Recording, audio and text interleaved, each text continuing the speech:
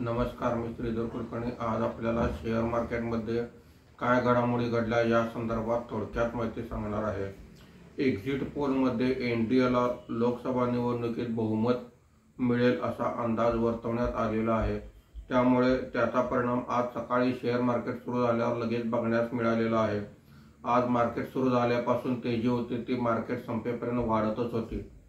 Market संपताना Sensex 2507 पॉईंटने वाढून 76,469 वर बंद झालेला आहे, जो आतापर्यंतचा उच्चांक आहे। निफ्टी हा 733 पॉईंटने वाढून 23,264 वर बंद झालेला आहे। सर्व इंडेक्समध्ये आज वाढ दिसून आलेली आहे।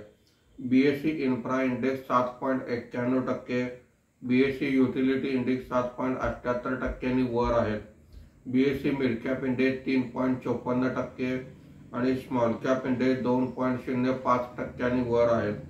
आजच्या मार्केटमध्ये निफ्टीमध्ये वाढलेले मुख्य शेअर्स पुढील प्रमाणे आहेत। अडाणी port 10.20%, state bank of India 9.07%, power grid 8.92%, NTPC 9.14%, Shriram finance 6.59% अशी वाढ आहे। आज निफ्टीमध्ये घसरलेले मुख्य शेअर्स पुढील प्रमाणे आहेत। आयचर मोटर 1.34%, एल&टी माइंट्री 1.12%, एचसीएल टेक्नॉलॉजी 0.73% अशी घसरण आहे। आज एफआयआयने 6,851 कोटी रुपयांचे मोठ्या प्रमाणावर खरेदी केलेली आहे। देशी वित्तीय संस्थांनी 1,913 कोटी रुपयांची खरेदी केलेली आहे। एकंदरीत शेअर मार्केटमध्ये गुंतवणूकदारांसाठी आजचा दिवस हा अत्यंत आनंददायी गेलेला आहे। धन्यवाद।